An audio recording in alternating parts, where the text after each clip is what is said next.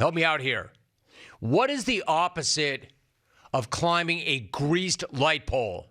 What is the opposite of slamming and housing a horse pie sando?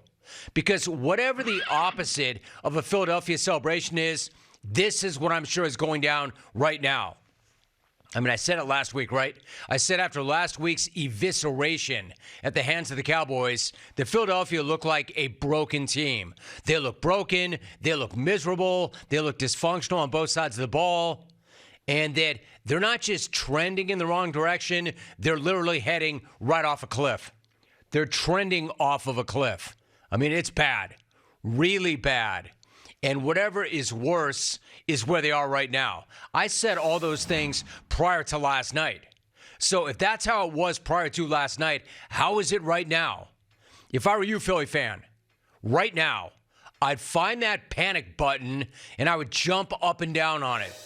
Because clearly this crew is in full-on panic mode, desperation mode. Now, before meltdown mode, implosion mode. Before we get to Jalen Hurts, who a Philly fan is blaming exclusively for this implosion, nothing says panic like changing out the defensive play caller this late in the season. Nothing except giving the play calling duties to none other than Matthew the Ticonderoga. And I don't want to hear about how the defense actually played better for most of the game, because the defense actually played like crap when it mattered most. And it's a defense that allowed a backup quarterback to go 92 yards in 10 plays in 84 seconds. That shows you that they're pushing all the wrong buttons. Wrong. Including the Ticonderoga button.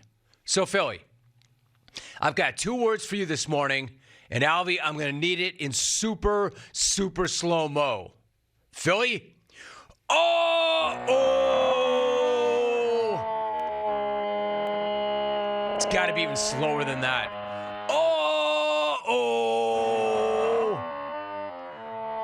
Because things really are that jacked up. They really are that jacked up for the Eagles. An enraged Philly fan. Oh! More on Philly in a minute. I want to give Seattle their so-called flowers. That enormous come-from-behind win actually kept their postseason hopes alive. It kept their entire season alive. They were beat. They were done. And then they go the length of the field. So, Seattle, here's what I have for you. What I have for you is double rainbow guy. Oh my God. Oh my God. Oh my God. Seattle fans got to be feeling like that right now, right? Right? Every single Seahawk fan, after that outrageous Drew Lock to Jackson, Smith, and Jigba, the game-winning TD. And for once, double rainbow guy's reaction is actually appropriate. It's not over the top. That is an appropriate reaction to them going right down the field and snatching Philly's soul. That is an incredible throw. Maybe even a better catch. And it's impossible not to feel good for Drew Lock right now. It's also impossible to feel good about the Eagles right now. You know, for a long time, Philadelphia was finding ways to win games that they shouldn't win. Now, all of a sudden, they're finding ways to lose games that they shouldn't lose. And it's happening on the weekly. And giving up a 92-yard, 2-minute drive to Drew Lock is one hell of a way to lose. That was more than just a loss. That was a straight-up soul snatch. Turns out, Matt, the Ticonderoga Patricia, was not the answer to Philly's problems on defense. I mean, shocking, right? It turns out that if Matt, the number 2 pencil, is your answer, then you don't have an answer. The lucky part for the pencil is that there is so much blame to go around. Lots of it. Tons of it. But fair or not, Philly fan is fixating most of the blame, or fixing it, on none other than Jalen Hurts. Like he is taking almost all the heat, almost exclusively. Which, Philly fan, frankly, although you know I have your back generally, that's like the most Philly fan thing ever. 1 second you love this guy. You adore this guy. He's an icon. He's a legend. And the next second, he is the entire problem. Even when he's obviously not the entire problem. Now, I'm not saying that he played well last night. He didn't. Ran the ball some, but I'm not saying that this guy played well. But he was far from the only one. He was definitely part of the problem, but not the only problem. Except he made the problem much worse afterwards when he doused the situation with kerosene and then started flicking blue tips. My man, I know you just said that you do not have a dictionary around, but if you did, you should look up the word despondent, because that's how you sound. Did somebody just die other than their Super Bowl hopes? Hey, Philly fan, once again, say it with me. Oh! Wow. Never a good sign when the quarterback calls out the team's commitment. In fact, not only is that never a good sign, it's a really, really bad sign. And I don't think anybody needs a dictionary to understand how big of a problem that is. I'm a little surprised he went there. But it was clearly an honest answer, and it's hard to argue with that dude, considering what a sloppy mess they were all the way around last night, himself included. And Hurts did say it does start with me. He said it starts with him, except Philly fan had already stopped listening by that point. Philly fan had already gone into full battery chucker mode. Philly fan did not want to hear any excuse or explanation or anything at all from him other than, excuse me, my bad. Excuse me, my bad. My bad. I called it Which wrong. he did say. My bad. He did. I got the He said, scores my right. bad, I got to be better. I got to play better. My bad. However, that additional addendum, that attachment about how we're not committed enough, that answer boomeranged on that dude badly. Because Philly fan is out for blood this morning, and they're out for his blood. Again, Jalen Hurts did not play real well. He made some really costly mistakes, no question. But again, let's be real. He was far from the only one making costly mistakes last night.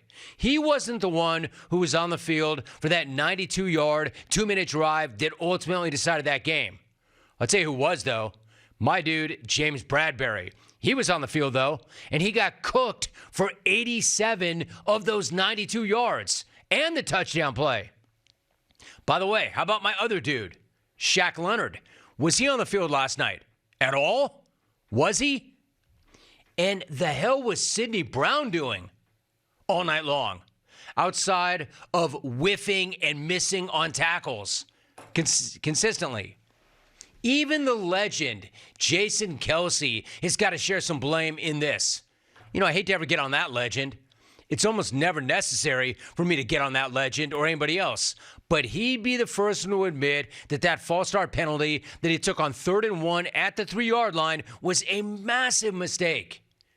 Philly was a couple of shoves away from 7. Instead, they had to settle for 3, and then, of course, they lost by 3. My point is this. There is a ton of blame to go around. There's a reason that Hurts went out of character and called out the team's commitment. It's because the team has problems, big problems. They're desperate, they're panicking, and by the way, they should be. A few weeks ago, they were 10-1 and looking at the top seed. 3 losses later, they're now in the 5 hole, and they're looking up at Tampa Bay. Philly fan, you can try to put it all on Hurts. But again, if you do that, you're ignoring the team's obvious problems. And there's plenty of them. Did I mention that garbage defense?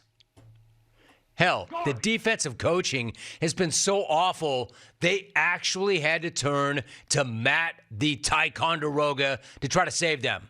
That's how bad it's been. And of course, that decision is already backfiring spectacularly. And the blame for that goes to Nick Sirianni. He was the one who took full credit for that decision after the game. Yo, Philly fan, your beloved head coach thought that giving the pencil more responsibility was, quote, in the best interest of your football team. Yet you're all focused on your quarterback. Again, I'm not absolving the quarterback of blame. I'm just saying you got way bigger problems right now than your quarterback. Hey, Nick, what happened to less thinking equals talent takeover? Less thinking equals talent takeover. What happened to that? Hey, Nick, what happened to I don't hear bleep anymore, Chiefs fans?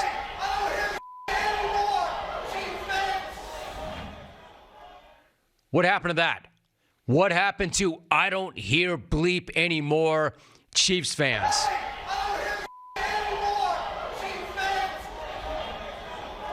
Hey, dude, are you hearing enough bleep right now, Nick? Because you've got a full-on bleep storm on your hands. Ever since you yelled that out, your team then immediately turned around and lost 3 of their next 4. And bad losses. Beatdowns, implosions, bad losses. In other words, tough looks all around for Philadelphia. And pretty damn good vibes all around for Seattle. Hey, Seattle. Hey, Seattle. Welcome back to the playoff race. Hey, Seattle. Hey, Alvy. Thanks so much. Hey, Seattle. Welcome back to the playoff race. Hey, Seattle. Hey, Seattle. Way to keep your playoff hopes alive in the most dramatic way possible. Hey, Seattle. Hey, Seattle. What do you say you and me watch this absolutely incredible game-winning TD once again, Seattle? I'll tell you what, it does not get much better than that, except for maybe Locke's on-field post-game interview with Lisa Salters. I would call the whole thing amazing, but Drew is right. Amazing does not begin to do justice to that game and that ending and that throw and that catch. Seriously, one of the best on-field post-game interviews ever. The only thing missing was Locke hitting her with a, they wrote me off, but I ain't right back, though. It's like the Seahawks lead the league in inspirational quarterbacks. Impossible not to be happy for that guy this morning. Unless, of course, you're a Philly fan, then it's probably not possible to be happy about anything this morning. Then again, you guys do love being miserable, right? If that's the case, I would imagine the Eagles can hit you with a you're welcome. Because there is an absolute ton to be miserable about right now in Philly. How about after that TD, when cameras caught Drew Lock on the sideline screaming, put that effing bleep on, mother bleeper. It was kind of like, I mean, if you saw that, those who can read lips saw that. It's kind of like Jake Browning from Sunday going with, quote, you should have never bleeping cut me.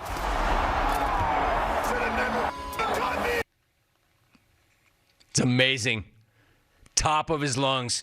Thank you so much for watching. Please like, comment, and subscribe. And hit the bell to be the first to know when we do upload a new video.